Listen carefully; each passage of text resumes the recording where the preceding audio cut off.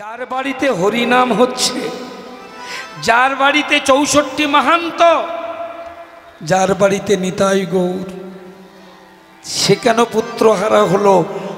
বাবার কি অপরাধ ছিল? কি ছেলে মেয়ে শুধু মায়ের? কি গো মায়েরা, সন্তানের অধিকার শুধু কি মায়ের? না তো, সন্তান পিতারও মাতারও। তাহলে মা না হয় আগের জন্মে কৃষ্ণকে মারতে চেয়েছিল, তাই পুত্র শোক পেল, কিন্তু শ্রীবাস কেন পেল? বাবা বলে শ্রীবাসেরও উপরে অভিশাপ ছিল। আস্তে আস্তে আস্তে এই শ্রীবাসকে পূর্ব জন্মে, আগের জন্মে এই শ্রীবাস ছিলেন ব্রহ্মার নন্দন। ব্রহ্মাকে চেনেন তো? শুনেছেন তো? ব্রহ্মার কটা মাথা বলুন তো? 4খানা মাথা। কোথায় থাকেন? ব্রহ্মলোকে। কোথায় সে ব্রহ্মলোক? আমরা যেখানে বসে আছি 7খানা স্তর উপরে ব্রহ্মলোক। যেখানে বসে আছি এই যে এই জায়গাটি কি জানো? গদখালি শীতলা মন্দির, এই যে মায়ের মন্দির, এই জায়গাটি হচ্ছে ভূলোক। এই ভূলোকের নিচের দিকে 7খানা লোক আছে। পাতাল, রসাতল, মহাতল, তলাতল, সুতল, বিতল, অতল। আর উপরের দিকে 7খানা স্তর আছে। ভূ, ভুব, স্বর্গ, মোহ, জন, তপ, সত্যলোক। এই 7খানা স্বর্গ আর 7খানা পাতাল একটা পদ্মের নালের ভিতরে আছে। আমরা সবাই পদ্মের নালের ভিতরে। এই যে পদ্ম ফুলের নাল, যার ভিতরে 14 ভুবন, তার গোড়া কোথায়? ভগবান বিষ্ণুর নাভি কমল। একটা ছবি বাজারে কিনতে পাবেন, দেখতে পাবেন, একটা সাপ লেজের বিছানা করেছেন, আর সেই লেজের বিছানার উপরে শঙ্খ চক্র গদা পদ্মধারী এক বিষ্ণু নারায়ণ শয়ন করে আছেন। মনে রাখবেন, এই বিষ্ণু কিন্তু লক্ষ্মীর পাশে যে বিষ্ণু, সে বিষ্ণু নয়। এই বিষ্ণুর নাম হলো ক্ষীরদোষায়ী বিষ্ণু, গর্ভদোষায়ী বিষ্ণু। ইনি সংকর্ষণ, ইনি নিত্যানন্দ। এনার নাভি থেকে পদ্ম ফুলটা উঠে গেল, আর ওই পদ্মের পাপড়ি হচ্ছে 1000। আস্তে আস্তে আস্তে ওই 1000 পাপড়ি বিশিষ্ট পদ্মের উপর আমার পদ্মজনী ব্রহ্মা বসে আছেন। ভগবান বিষ্ণু নিচের থেকে আদেশ করল, পদ্মের নালের ভিতর থেকে শব্দ ব্রহ্ম ব্রহ্মার কানে গেল। ব্রহ্মা ব্রহ্মা ব্রহ্মা। বলো ঠাকুর, বলো, আদেশ করো। ব্রহ্মা, এই ক্ষীরদে আমার একা থাকতে ভালো লাগছে না। একা একা কি সুখ হয় গো? তাই হে ব্রহ্মা, আমার নাভি পদ্মে তোমার সৃষ্টি করেছি। কেন জানো? কার্য যখন আছে তার কারণ আছে। আমি তোমার সৃষ্টি করলাম, এটা হলো কার্য। কারণ কি? কারণ হলো তুমি জগৎ সৃষ্টি করবে। লতা, গুল্ম, কীট, পতঙ্গ, পশু, পাখি, জন্তু, জানোয়ার, দানব, মানব, খেচর, ভুচর তুমি সৃষ্টি করবে। তুমি হবে সৃষ্টিপতি। আদেশ করল ভগবান বিষ্ণু। পদ্মজনী ব্রহ্মা সৃষ্টি করলেন। প্রথমে 4টি ছেলে জন্মালো ব্রহ্মার। স্ত্রীর নাম হচ্ছে সাবিত্রী। ব্রহ্মার স্ত্রী হলো বেদমাতা সাবিত্রী দেবী। তবে সতী সাবিত্রী নয়, এ সাবিত্রী আলাদা। এটা হলো ব্রহ্মার স্ত্রী সাবিত্রী, সাবিত্রীর গর্ভ থেকে একসঙ্গে 4টে ছেলে জন্মেছিল। একসঙ্গে যমজ ছেলে জন্মায় না, সাবিত্রীর 4টে ছেলে হলো। ব্রহ্মা তাদের নাম রাখলো সনক, সনন্দ, সনাতন, সনত কুমার। শুনে যান, দন্তেশ্ব দিয়ে নাম মিলিয়ে রাখলো। সনক, সনন্দ, সনাতন, সনত, একসঙ্গে বলা হয় চতুষ্ষণ। এই চতুষ্ষণ জন্ম নিয়ে পিতার চরণে প্রণাম করেছিলেন। পিতা ব্রহ্মা বলেছিল তোমরা 4 জন বিয়ে করো। সনক সনন্দ বলেছিল পিতা অসম্ভব, আমরা বিয়ে করতে পারি না। কেন? পিতা গো, আমরা যখন মায়ের গর্ভে ছিলাম তুমি হরিনাম করতে, আর তোমার মুখে হরিনাম আমার মা শুনতো। আস্তে আস্তে আস্তে সেই হরিনাম মায়ের কর্ণ দিয়ে গর্ভে চলে যেত, আর সেই গর্ভে গিয়ে আমরা 4 ভাই শুনেছি। দিবস রজনী কিবা রাতি দিনী তুমি করেছিলে কৃষ্ণ নাম, সেই কৃষ্ণ নাম গর্ভে বসে আমরা শুনেছি। আর ওই কৃষ্ণ নাম শুনতে শুনতে আমরা কৃষ্ণচরণে নিবেদিত হয়ে গেছি। আমরা আর সংসার মায়ায় আবদ্ধ হতে পারি না। ভক্তমণ্ডলী মায়েরা, আস্তে, এই জন্যে সন্তান যখন গর্ভে থাকে না, হরিকথা শুনতে হয়। গ্রামে দেখবেন ছোট ছোট বাচ্চা, কি 1 শ্রেণীর বাচ্চারা আছে, হরিবাসরে যখন শিখল করতাল বেজে ওঠে না, ওরা বাড়িতে থাকবে না, যত বলুন পড় পড়, পড়তে বস, দেখবেন দৌড়ে চলে আসবে হরিবাসরে, দৌড়ে।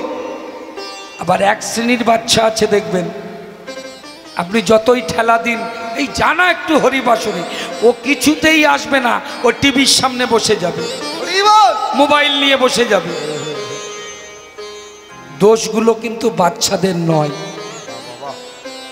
ও যখন পেটে ছিল, রাগ করো না মা, তখন ওই মা টিভি দেখতো আর মোবাইল ঘাঁটতো। আর যে বাচ্চাটা দৌড়ে হরিবাসরে আসছে, ওর মা কীর্তন শুনতো, হরিনাম শুনতো। মহাভারতের সব থেকে বড় বীর কে বলুন তো?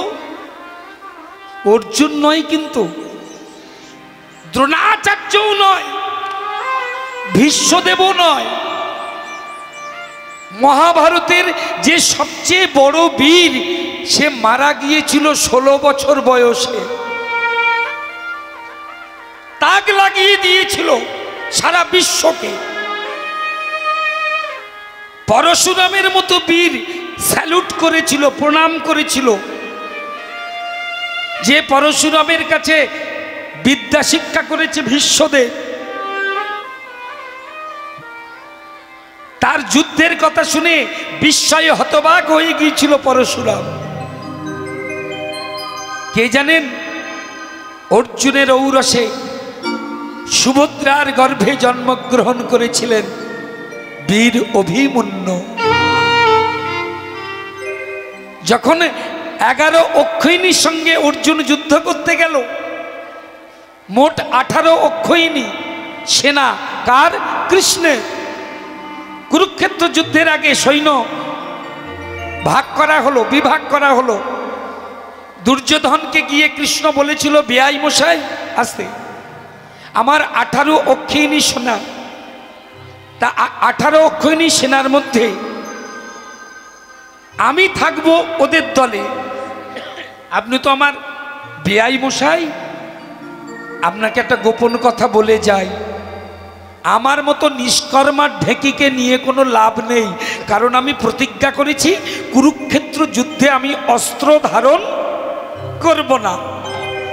সুতরাং আপনি এক কাজ করুন, 11 অক্ষয়িনী সেনা আপনি নিন, আর বাকিটা পাণ্ডবদের দিয়ে দিচ্ছি। দুর্যোধন মনে মনে চিন্তা করলো, সত্যি কৃষ্ণ যদি যুদ্ধ না করে তাহলে তাকে নিয়ে কি লাভ? ঈশ্বর সত্তাকে তো বিশ্বাস করে না অর্জুন। আস্তে আস্তে আহা দুর্যোধন। এইবার সেই 11 অক্ষৌহিণী সেনার সঙ্গে যুদ্ধ করবার জন্য অর্জুন চলেছেন। কৃষ্ণ সারথি। অর্জুন যখন দেখল নাই, তখন একজন গিয়ে দুর্যোধনের কাছে বলল, শোনো শালাবাবু, দুর্যোধনের ভগ্নিপতির নাম কি?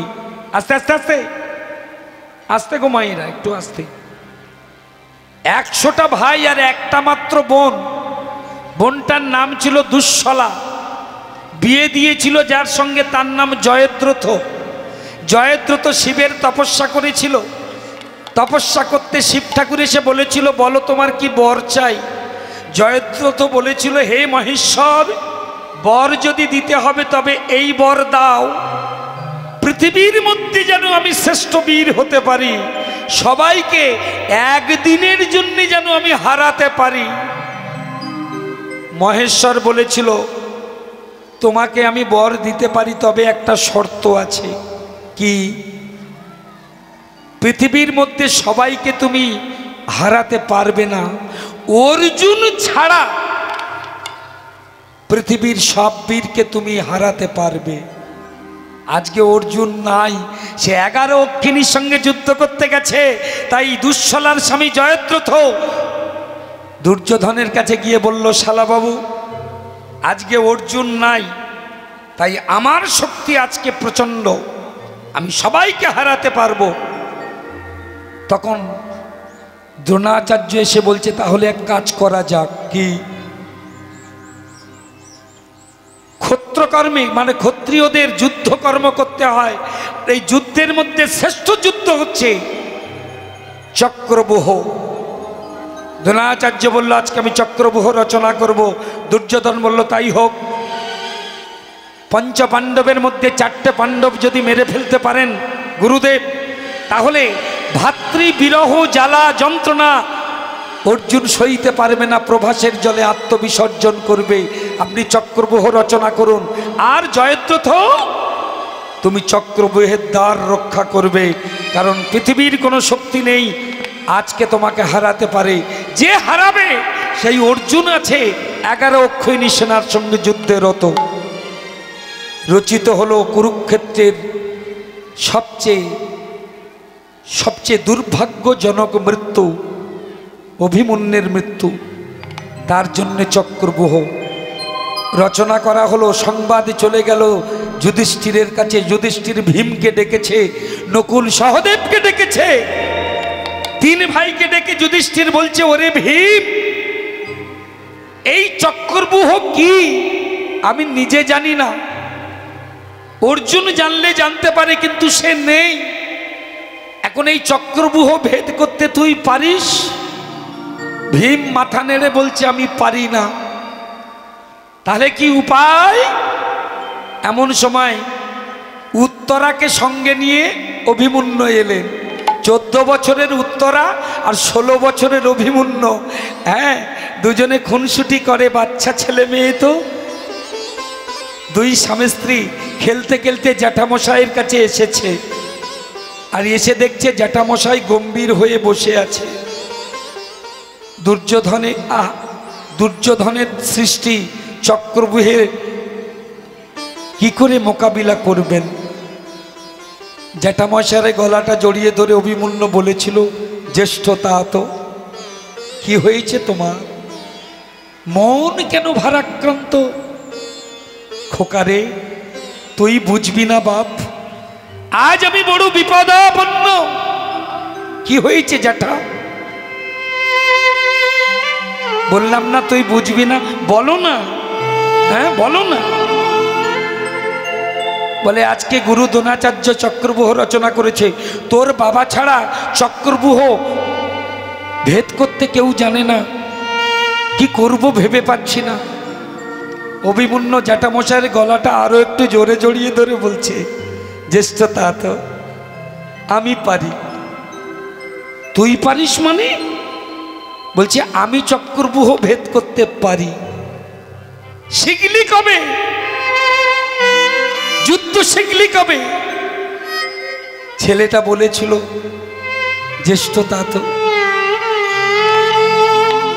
আমি শিখেছি অনেক দিন আগে, তোকে আমি এইটুকু 32 নারীর বন্ধনে কৃমিকীটের দংশনে আমি ছিলাম আমার মা সুভদ্রার গর্ভে। আমার মা জিজ্ঞাসা করেছিল আমার বাবাকে, হে বীর অর্জুন, আমি তোমার স্ত্রী, বলো না ক্ষত্রিয় ধর্মের সবচেয়ে বড় যুদ্ধ কি? জানো জ্যাঠামশাই, আমার বাবা দরজা বন্ধ করে আমার মাকে বলেছিল এই চক্রব্যূহ যুদ্ধের কথা। আমি তখন মায়ের গর্ভে বসে, মা শুনেছিল তার কর্ণ দিয়ে, আর আমি মায়ের গর্ভে বসে শুনেছিলাম সেই চক্রব্যূহ ভেদের কথা। বুঝতে পারছো মায়েরা? মায়ের গর্ভে সন্তান সব জানে। আপনি শয়তানি করলে ওটাও শিখবে, আপনি ভালো কাজ করলে ওটাও শিখবে। তবে জ্যাঠামশাই একটা সমস্যা আছে। কি? আমি ঢুকতে পারি কিন্তু বেরোতে পারি না। কেন ভাইপো? তুই ঢোকাটা পারিস, বেরোতে পারবি না কেন? কি করবো জ্যাঠামশাই? চক্রব্যূহ প্রবেশের কথা যখন আমার বাবা বলছিল তখন আমার মা জেগেছিল, তাই আমি শুনতে পেয়েছি। যখন নির্গমনের কথা হচ্ছে, যখন বেরোবার কথা হচ্ছিল, তখন আমার মায়ের চোখে কাল ঘুম চলে এলো। আমি গর্ভের ভিতর থেকে অনেক চিৎকার করে বলেছিলাম, মা তুমি ঘুমিও না, মা তুমি ঘুমিও না। আমি শুনছি চক্রব্যূহ রণকৌশল, তুমি আমার শুনতে দাও জননী।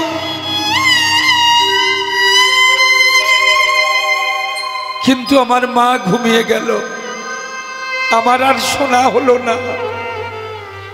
ভীম পাশে বসেছিল, বলল, ভাইপো কোনো চিন্তা নেই, তুই শুধু ভিতরে যা, আমার কাছে 80 মণ ওজনের গদা আছে, বিপদ হলে শুধু বলবি, আমি চক্রব্যূহ ভেঙে টুকরো টুকরো করে দেব।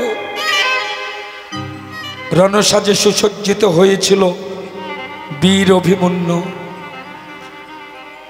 কথাটা শুনে দ্রোণাচার্য ভয়ে কেঁপে উঠল। এ যুদ্ধের কৌশল 3 জন জানে। দ্রোণাচার্য জানে, তার গুরুদেব পরশুরাম জানে, আর জানে অর্জুন। এই বাচ্চাটা কি করে যুদ্ধ করবে? ভিতরে প্রবেশ করলো।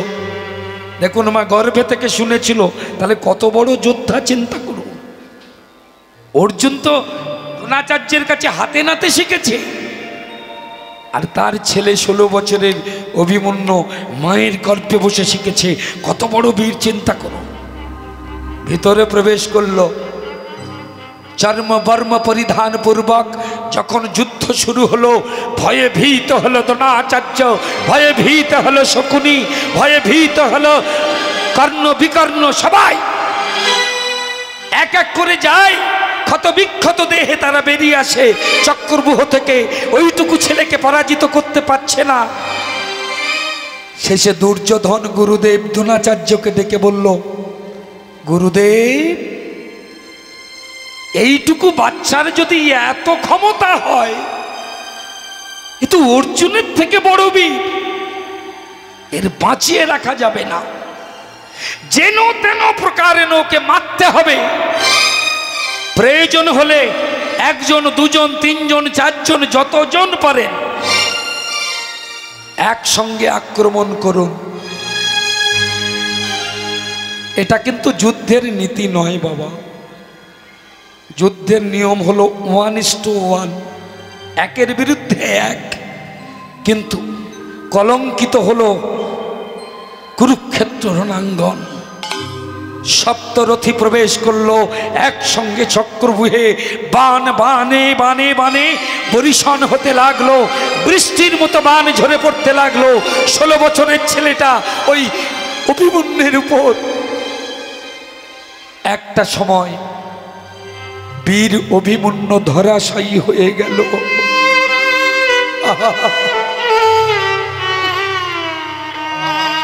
সারা গায়ে বান বিদ্ধ।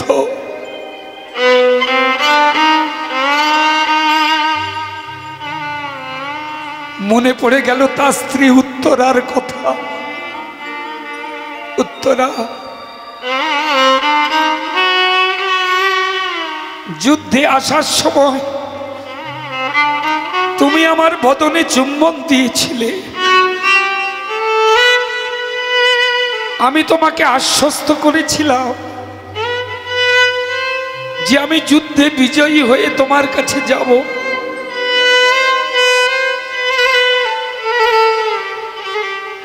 পারলাম না। উত্তর, তবে আমার মনের একটা ইচ্ছা ছিল, আমি তো বাঁচব না,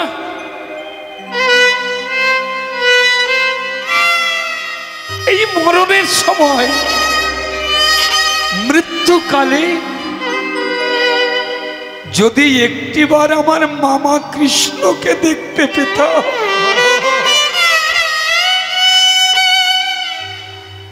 একবারই শুধু ডেকেছিল, কৃষ্ণ কৃষ্ণ কৃষ্ণ কৃষ্ণ। ইথার তরঙ্গে ইথার তরঙ্গে সেই শব্দ ব্রহ্ম পৌঁছে গেল ভগবান কৃষ্ণের কর্ণে।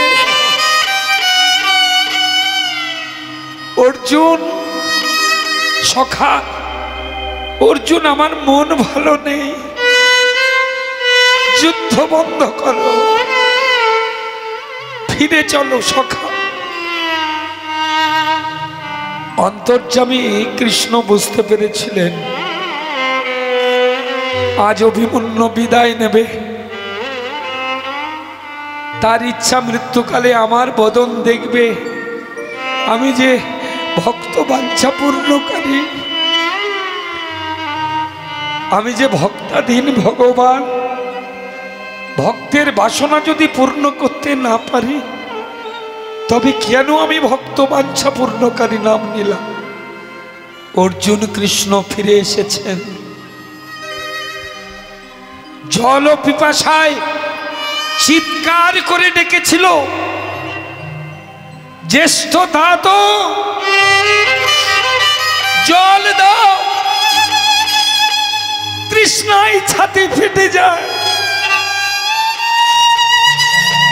জল চাই, আমার জল দাও, আমার জল।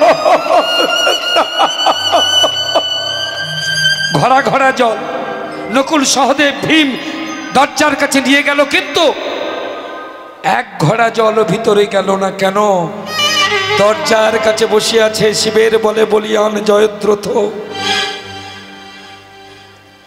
তত্ত্বদর্শী বলছে এই অভিমন্যু হলো আমাদের জীবাত্মা, আমাদের প্রাণ। মৃত্যুকালে দেখবেন আমার ছেলে, আমার মেয়ে, আমার আত্মীয় স্বজন মৃত্যু পথযাত্রী হলে আমার গালে ফলের রস, মিষ্টির রস, দুধ, জল দেয়, কিন্তু ভেতরে যায় কি? যায় না। এপার দিয়ে জল দেয়, জল এপারে গড়িয়ে যায়। কেন জানেন তো? মৃত্যুকালে জয়দ্রথ বসে থাকে কণ্ঠনালী। এটাই হচ্ছে চক্রব্যূহ। মহাভারত আমাদের শরীরে আছে, এইখানে আছে। অভিমন্যু হলো প্রাণ। জয়দ্রথটা কি? মৃত্যু পথযাত্রী মানুষের বুকে কান দিয়ে শুনতে পাবেন কানটা দিয়ে শুনবেন, দেখবেন বুকের ভিতরে ঘর ঘর আওয়াজ করে। কেন? আমাদের শ্লেষ্মা কফ, কফ এসে কণ্ঠনালী রুদ্ধ করে। এই কফ হলো আমাদের জয়দ্রথ, জল ভিতরে যেতে দেয় না। পিপাসায় কাতর হয়ে অভিমন্য মৃত্যুপথযাত্রী অর্জুন এলো, কৃষ্ণ এলো, ভিতরে প্রবেশ করলো। অভি, অভি কে? আমি তোর মামা, আমি তোর মাতুল কৃষ্ণ। এসেছো মাতুল? এত করুণা তোমার,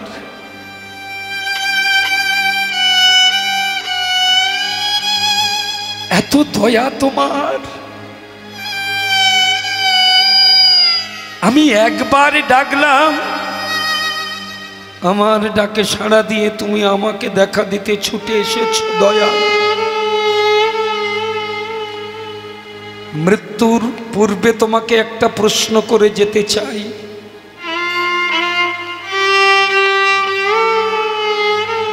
এর কি কোনো প্রয়োজন ছিল মাতুল? কেউ না জানুক মাতুল, আমি জানি আমার বাবাকে তুমি সরিয়ে নিয়ে গেছো। অভি, হ্যাঁ আমি জানি মাতুল, আমি এও জানি দুর্যোধনের বুদ্ধিটা তুমি দিয়েছ। আমি এও জানি সপ্তরথী মিলে আমার মৃত্যু হলো, এটা তোমার ইচ্ছা। কারণ জগতের বুকে চন্দ্র সূর্য উদয় হয়, অস্ত যায় তোমার ইচ্ছায় মাতুল, তোমার ইচ্ছায়। নদীতে জোয়ার ভাটা হয় মাতুল, তোমার ইচ্ছায়। হ্যাঁ মাতুল, পৃথিবীর বুকে যা কিছু হয়, আমার মৃত্যুটাও তোমার ইচ্ছা ছিল মাতুল।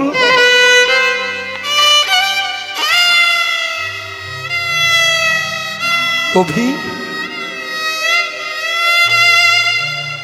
আয় আমার কোলে আয়। না মাতুল, আজ আর কোলে নয়। অনেক কোলে নিয়েছো, অনেক আদর করেছো, অনেক ভালোবেসেছো। যদি সত্যিকারের ভালোবাসতে চাও তবে একবার আমার সামনে এসে দাঁড়াও। আমি নয়ন ভরে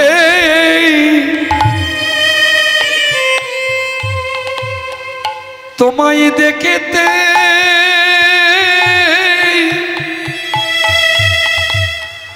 চাই, চাই হে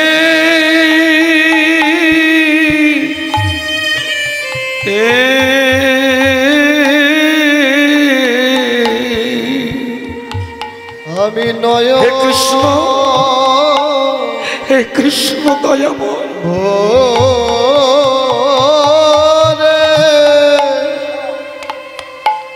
তোমায় দেখিতে হরিবল হরিবল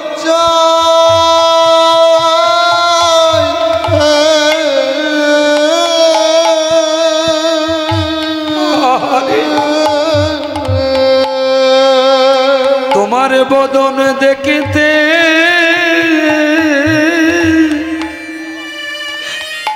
দেখতে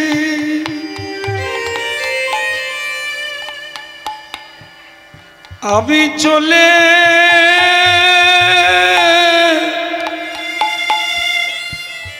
যাব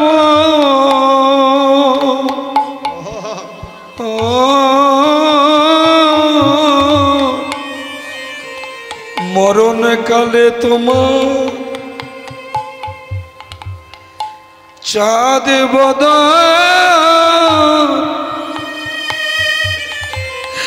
আমি দেখিতে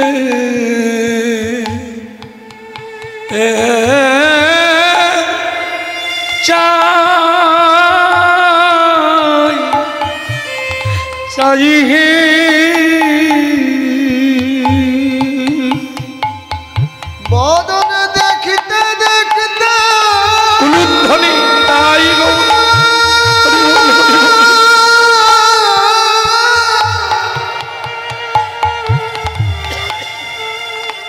আমি চলে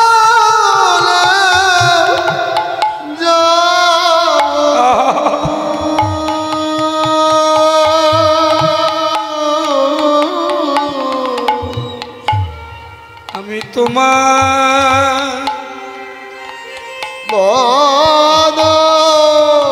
আহারে বদন দেখতে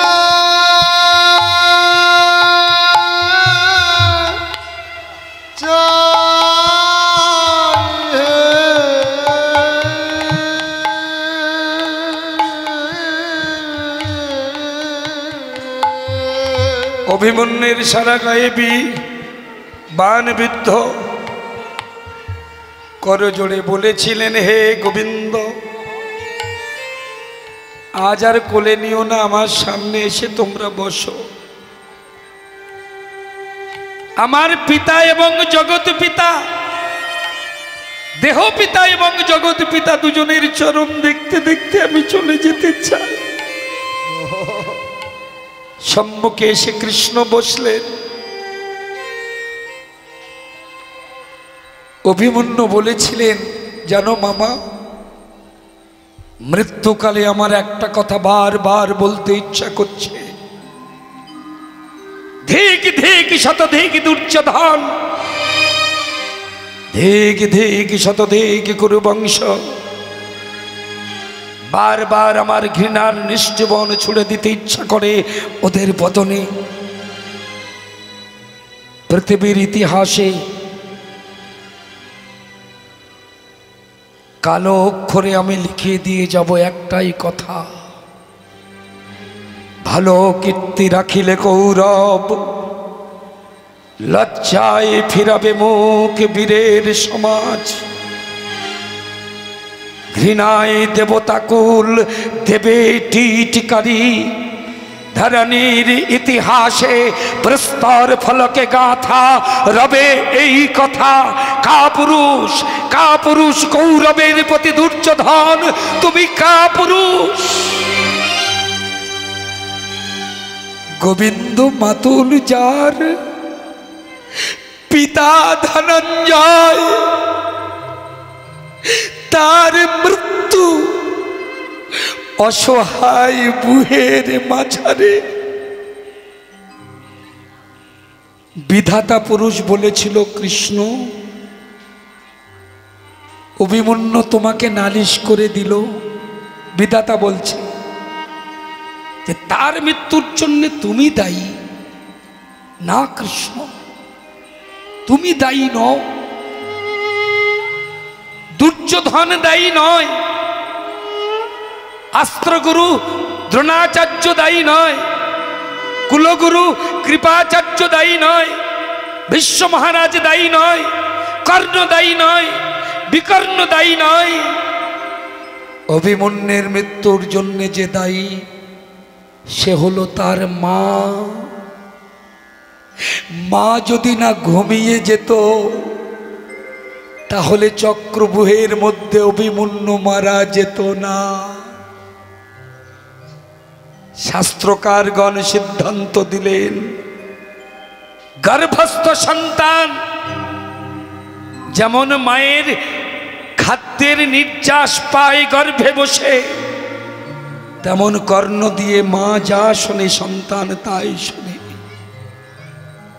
ব্রহ্মার 4 পুত্র বলেছিল মায়ের গর্ভে বসে, হে পিতা ব্রহ্মা, আমরাও শুনেছিলাম কৃষ্ণ নাম হরি নাম, তাই সংসার আমাদের বাঁধতে পারবে না, আমরা চললাম। এইবার সৃষ্টি করলেন ব্রহ্মার নাভি থেকে কাকে? নাভি কমল হইতে সৃষ্টি হইল যে নারদ, হইল যে নারদ। নাভি কমল হইতে সৃষ্টি সৃষ্টি হইল যে নারদ, হইল যে নারদ। ব্রহ্মা নাভি কমল হইতে সৃষ্টি হইল যে নারদ, হইল যে নারদ। নাভি কমল হইতে সৃষ্টি হইল যে নারদ, হইল যে নারদ। যার বাক্য পৃথিবীতে, যার বাক্য পৃথিবীতে কবু না হয় হ্রদ, কবু না হয় হ্রদ। যার বাক্য পৃথিবীতে, যার বাক্য পৃথিবীতে কবু না হয় হ্রদ, কবু না হয় নারদ। আর নারদ মুনির জন্ম হলো, নারদ মুনি জন্ম হলো, নারদ মুনি জন্ম হলো। ব্রহ্মার নাভি, ব্রহ্মা, ব্রহ্মার নাভি, ব্রহ্মা নাভি কমল হইতে নারদ মুনির জন্ম হলো।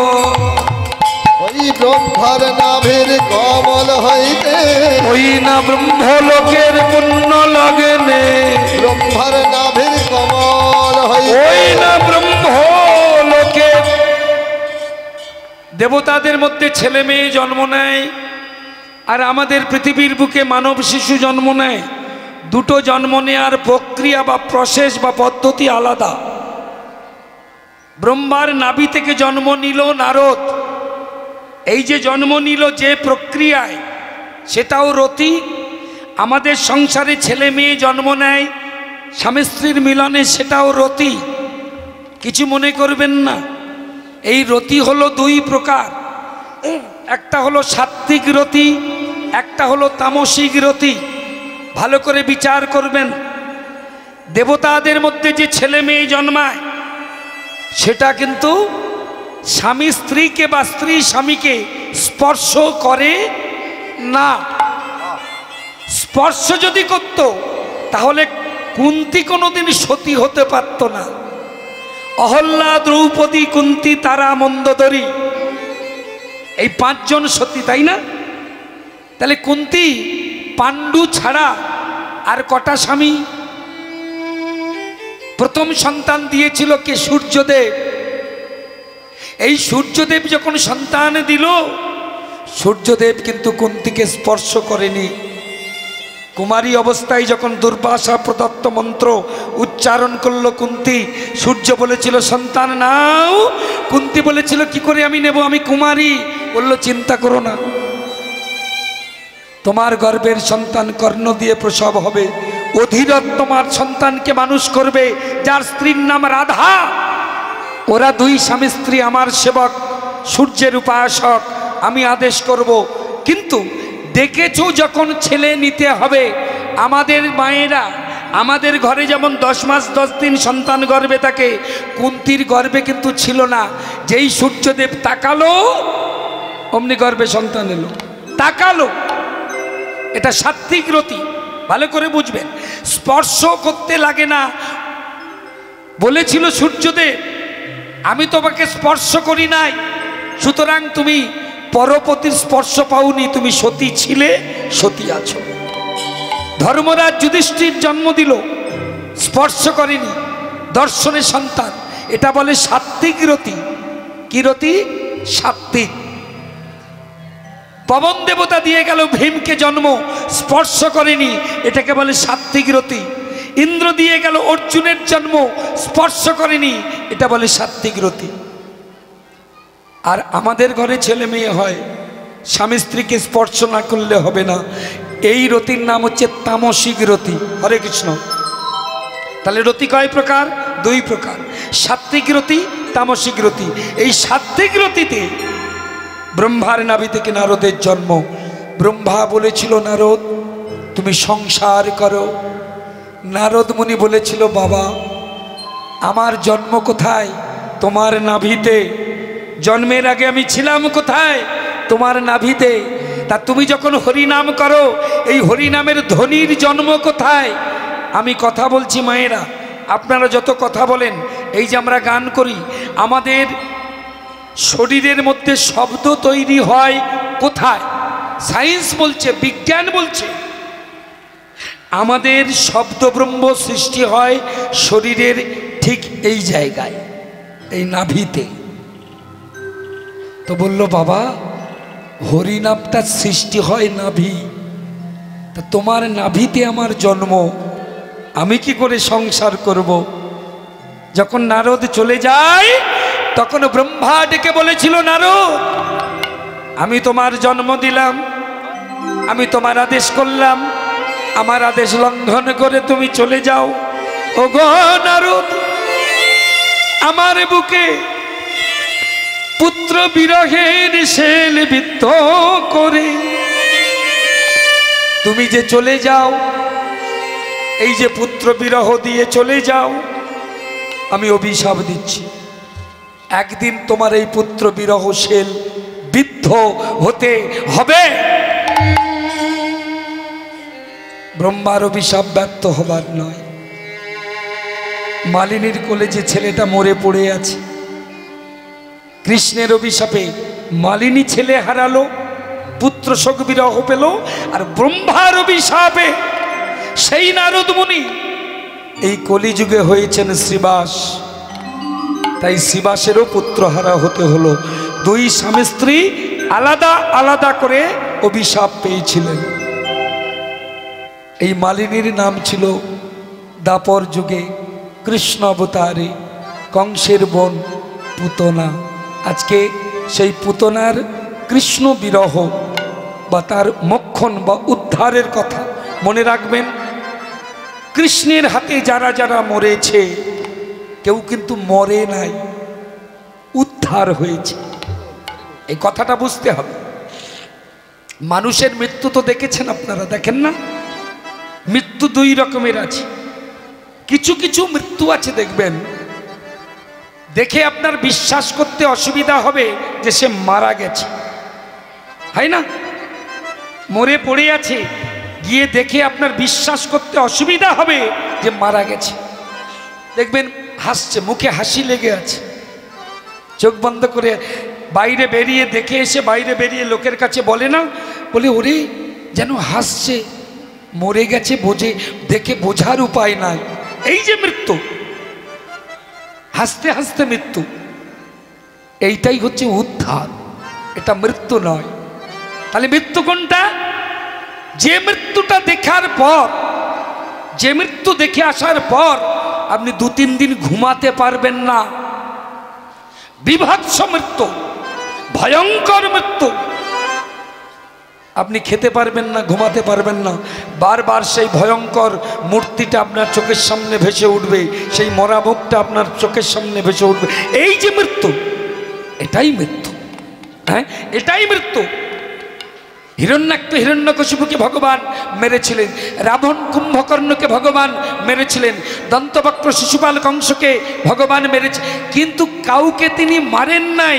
দেখবেন শাস্ত্রে লেখা আছে হিরণ্যকশিপু উদ্ধার, রাবণ উদ্ধার। আজকে তেমন পুতনা মোক্ষণ কথা আজ ভাবে মনে মনে, পুতনা মোক্ষণ কথা ভাবে মনে মনে, পুতনা মোক্ষণ কথা ভাবে মনে মনে, পুতনা মোক্ষণ কথা ভাবে মনে মনে। পুরব পড়িল মনে কৃষ্ণ দাস ভরে, পুরব পড়িল মনে কৃষ্ণ দাস ভরে, ওই পুরব পড়িল মনে কৃষ্ণ দাস ভরে। বলে এইবার লীলার প্রকাশ হলো, এইবার লীলার প্রকাশ হলো, এইবার লীলার প্রকাশ হলো। চলো সবাই ব্রজে চলো, এইবার লীলার প্রকাশ হলো। সবাই ব্রজে মুখে জয় রাধা গোবিন্দ বলো, নিতাই গৌর হরি বলো, সঙ্গে ব্রজ এইবার লীলা প্রকাশ হলো। পুরব পড়িল মনে কৃষ্ণ দাস ভরে, পুরব পড়িল মনে কৃষ্ণ দাস, পুরব পড়িল মনে কৃষ্ণ দাস ধনে। মায়েরা বৃন্দাবন যাবেন তো? যেতে ইচ্ছা আছে? ওই দেখে একটু জোরে উলুধ্বনি করুন দেখি। হরে কৃষ্ণ।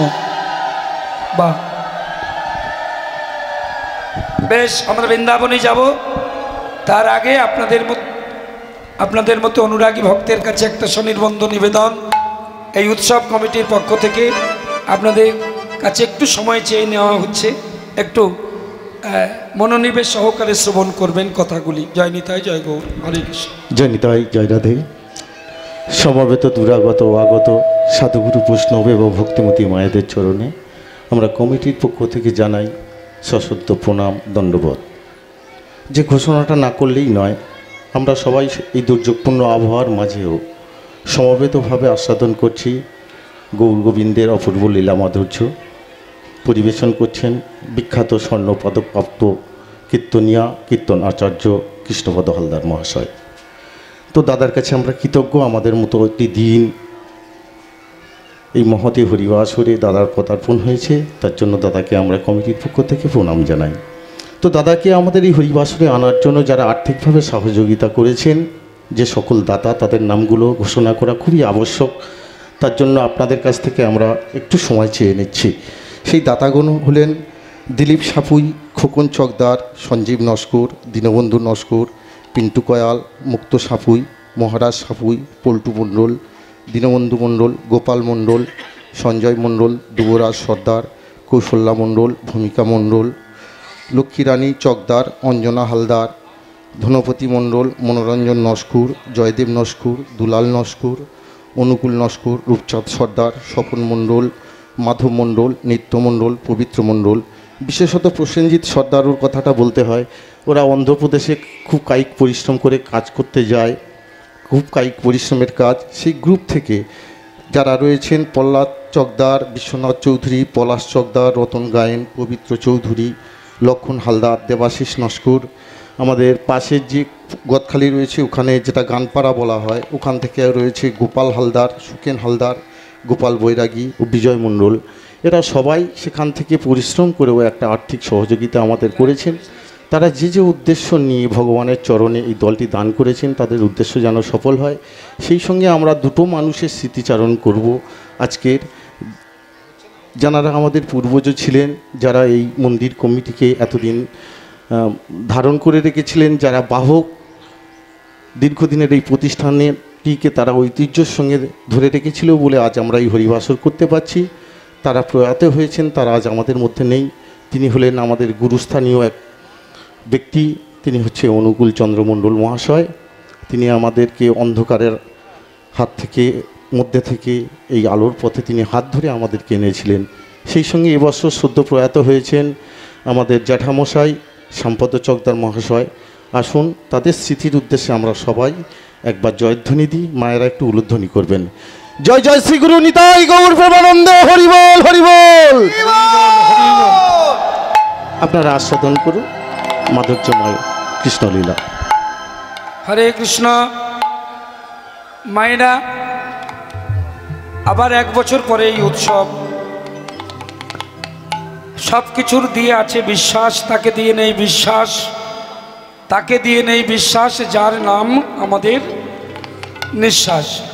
তো এক বছরের মধ্যে আমরা কে থাকবো কে যাব আজকে নিশ্চিত হয়ে বলতে পারছি না। তবে মনে রাখবেন, শেষ ভালো যার, সব ভালো তার, তাই না? তাই শেষের এই আনন্দটাকে আপনারা সারা বছর বয়ে বেড়াবেন। আর সেই আনন্দ করতে যাব আমরা সবাই বৃন্দাবন। কেমন? আজকে বৃন্দাবনে একটা উৎসবের দিনে আমরা সেখানে যাব। আর যাবার জন্যে আমরা একটি মীরাবাইয়ের ভজন গাইতে গাইতে যাব। তবে বলি, আমরা তো বাঙালি, শুধু হিন্দি নয়, একদিকে হিন্দি ভজন, একদিকে বাংলা ভজন, দুটো ভজনের একসঙ্গে গাইতে গাইতে যাব। রিদিম কিন্তু একটা। এইগুলো হচ্ছে সঙ্গীতের একটা বিশেষ অঙ্গ। চলো মন, চলো চলো চলো মন,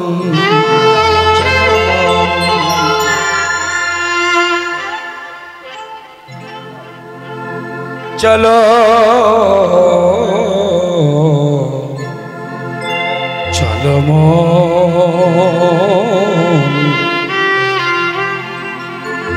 বৃন্দাবন বৃন্দাবন, চলুন বৃন্দাবন বৃন্দাবনে একটি সুন্দর নদী আছে, তাই না? যে নদীর তীরে আমার গোবিন্দ এসেছিলেন, নদীটার নাম কি? জোরে বলবেন একবার। কি নদী আছে বৃন্দাবনে যার জল কালো? কি গো, জানেন না? হ্যাঁ, যমুনা।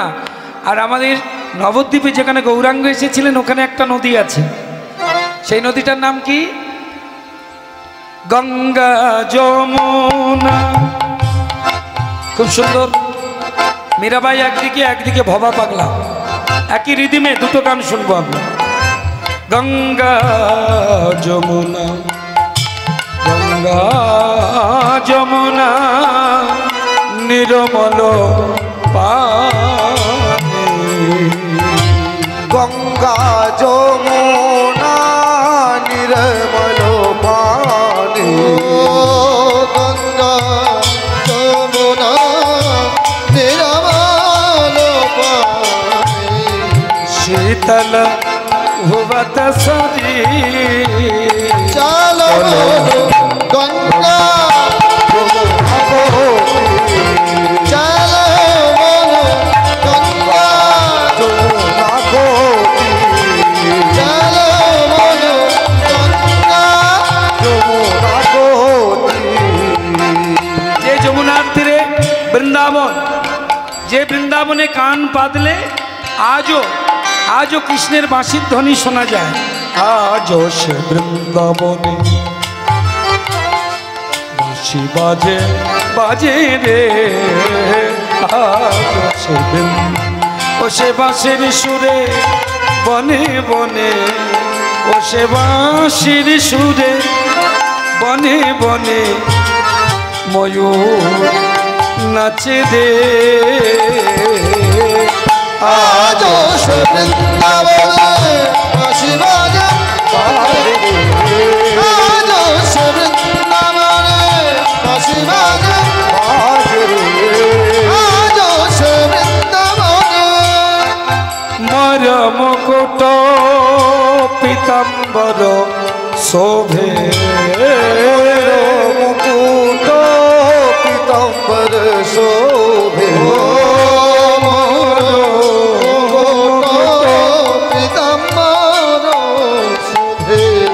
মর মুকুট পীতাম্বর শোভে। হরে কৃষ্ণ। জানি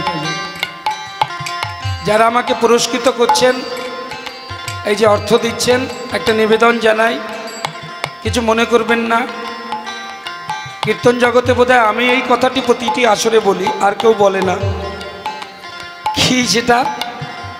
অর্থ যদি দিতে হয় কীর্তনিয়াদের দিয়ে লাভ নেই, দেবেন কমিটিকে, তাতে একটু কাজে লাগবে। কারণ কীর্তনিয়ারা এমনি এমনি আসে না, তারা টাকা নিয়ে আসে। একটু কম হলেও টাকা তো আমি নিচ্ছি, তাই টাকাটা যদি দিতে হয়, অর্থ যদি দিতে হয়, গোবিন্দ সেবায় দেবে। আর যদি বলেন যে না বাবা আসরে না দিলে লোকে দেখলো না, তো দিয়ে লাভ কি? তাই না? তাহলে একটা কথা বলি, 10 টাকা দিয়ে আর লোককে দেখাবার দরকার নেই, 100 টাকা হলে নিয়ে আসবে, কম করে, বেশি হলে ভালো। আরেকটা কথা বলি, আমি এই 46 বছর কীর্তন করছি, আমার যত পুরস্কার হয় আমি নিই না, কিন্তু আমি কমিটিকেই দিই। সুতরাং আপনারা আমাকে দিলেও ওখানে যাবে, ওদেরকে দিলেও ওখানে থাকবে। সুতরাং একটা কথাই বলি, কীর্তনটাকে নষ্ট করবেন না, আসরে আসবেন না। আমার তো শেষ পালা গান, গান হয়ে গেলে ওই নিচে গিয়ে দাঁড়াবো, যত পারেন দেবেন। আর যদি বলেন লোকে দেখিয়ে দেব, তাহলে যে কজন লোকে দেখাবার জন্য দেবেন তারা আসুন, আর বাকিগুলো আসবেন না। বুঝতে পেরেছেন? যারা আসবে তারাই লোককে দেখাবার জন্য আসছে, এটা বোঝা যাবে। মর মুকুট মর মুকুট পীতাম্বর শোভে।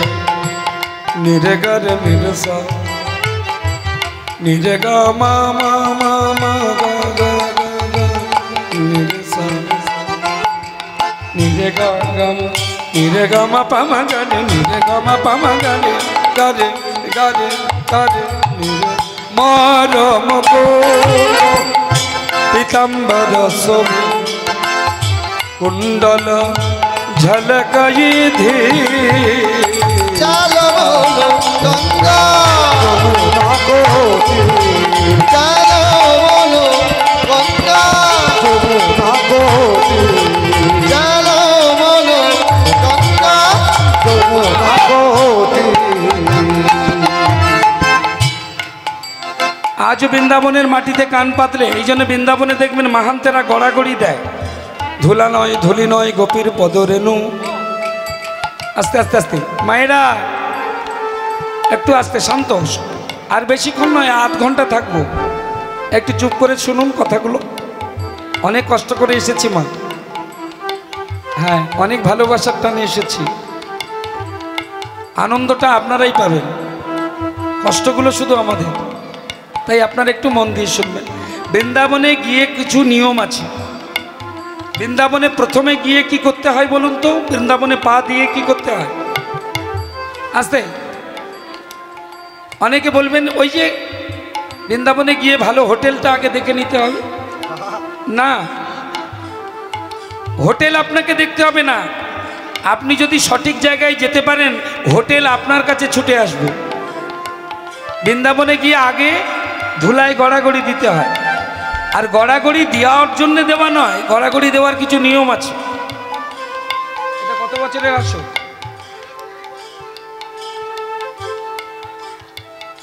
প্রায় 100 বর্ষের কাছাকাছি চলে গেছে এই হরিবাসু চৈতন্য দর্শন বলছে আস্তে আস্তে আস্তে চৈতন্য দর্শন বলছে 25 বছর পার হওয়ার পর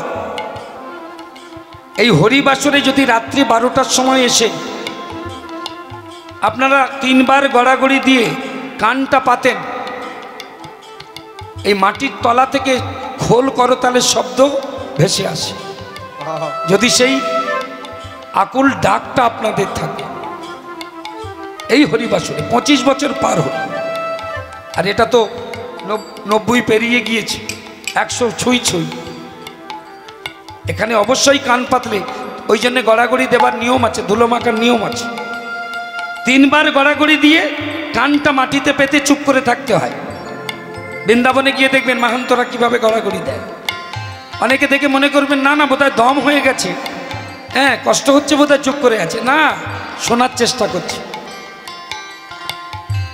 আজ সে বৃন্দাবনে বাঁশি বাজে বাজে রে আজ সে বৃন্দাবনে বাঁশি বাজে বাজে রে আজ সে বৃন্দাবনে আজ সেই গাভীগুলি গোচারণে উড়াই ধুলি আজ সে গাভী গলে গোচারণে ওরাই ধরে ও গো সখাসনে কোলা কোলে সখাসনে কলা কোলে সুবল শ্রীরাম সনে কোলা কোলে বন বৃন্দাবন মাঝে রে আজ সে বৃন্দাবনে বাজে বাজে রে আজ সে বৃন্দাবনে বাজে বাজে রে আজ সে বৃন্দাবনে আজ সে রাধারানী যিনি কৃষ্ণ বক্ষ বিলাসিনী ও আজ সে রাধারানী রানী রাধা রানী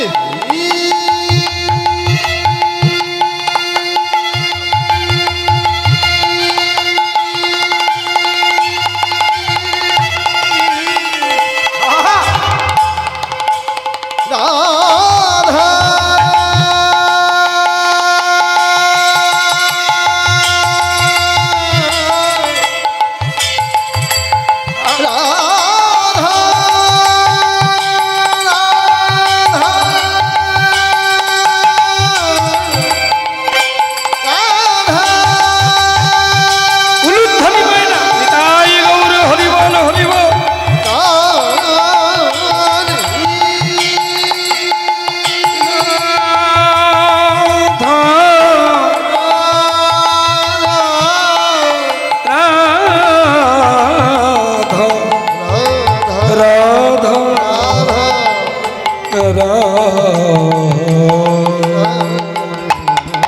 আজ সে রাধারানী কৃষ্ণ বাক্স বিলাসিনী আজ সে রাধারানী কৃষ্ণ বক্ষ বিলাসে ও অষ্ট সখী শিরোমণি অষ্ট সখী শিরোমণি অষ্ট সখী শিরোমণি নব নব নব নব নব নব সাজে রে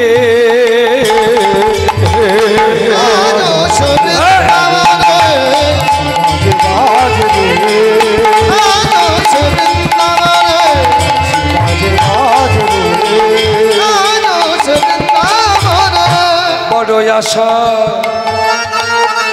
আশা ছিল মনে মনে আশা ছিল মনে মনে আশা ছিল মনে মনে আশা ছিল মনে মনে আমি যাব মধুর বৃন্দাবনে বৃন্দাবনে বৃন্দাবনে মনে বড় আশা ছিল মনে মনে আমি যাব মধুর বৃন্দাবনে আশা ছিল মনে মনে আশা তো সবার থাকে কিন্তু যাওয়া হয় না একটা কথা বলে রাখি অনেকের দেখবেন টাকা আছে লক্ষ লক্ষ কোটি কোটি টাকা আছে কিন্তু বৃন্দাবন যাওয়া হয় না ইচ্ছা আছে আশা আছে কিন্তু যাওয়া হয় না আবার দেখবেন হত দরিদ্র দিনান্তে নুনান্তে পান্তা ফুরায় এহেন হত দরিদ্র বছরে এক দুবার বৃন্দাবনে চলে যাচ্ছে তাহলে পয়সা থাকলে বৃন্দাবন যাওয়া হয় না বৃন্দাবনে যেতে গেলে মূলত পয়সা ছাড়া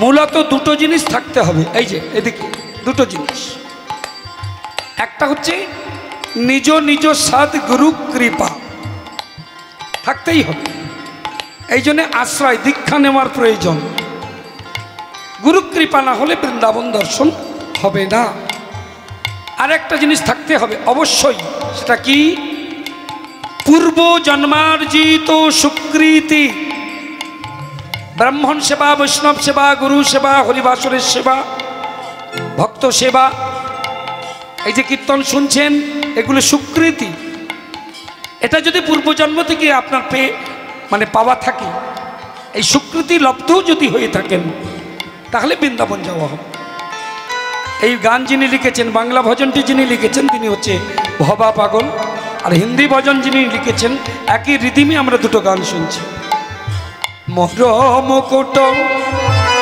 বংশী বাজাবত নাচত কান বংশী বাজাবত নাচত গান শ্রী বাজাবত নাচত ও সঙ্গে নিয়ে বলবে বড় আশা ছিল মনে মনে ছিল মনে মনে ছিল মনে মনে আমি যাব মধুর বৃন্দাবনে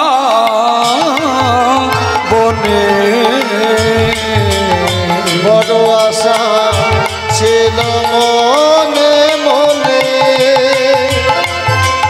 আমি যাব মধুর বৃন্দাবনে ভবা পাগল রয়ে বাঁধনে ভবা বাঁধনে আশা কোনোদিন পূর্ণ হয় না কেন আশা পূর্ণ হতে গেলে ভগবত কৃপা দরকার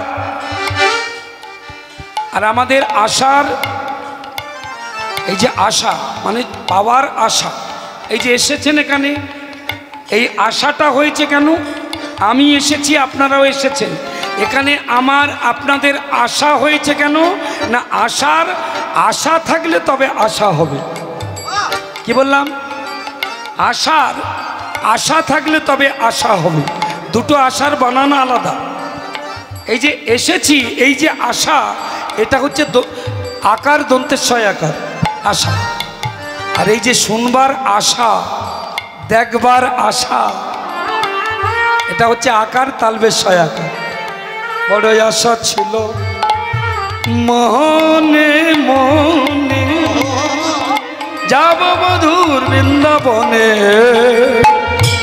ভবা পাগল রয় বাঁধনে, ভবা পাগল রয়ে বাঁধনে, ভবা পাগল রয়ে বাঁধনে, রয় বাঁধনে, বাঁধন হ্যাঁ মায়ার, সংসারের মায়ার, ভব মায়ার, মায়ার বাঁধনে।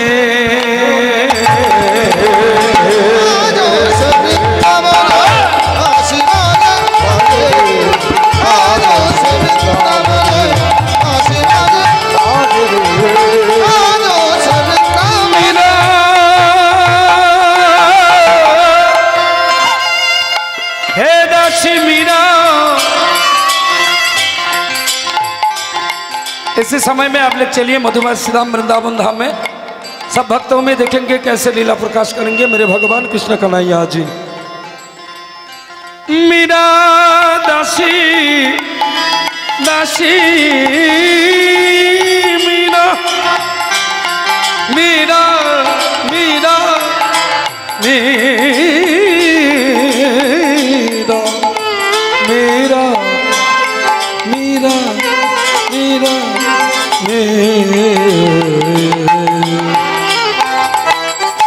मीरा के प्रभु गिरधारी नगर, मीरा के प्रभु गिरधर नागर, ओ मीरा के प्रभु गिरधारी नागर, चरण कमला चरण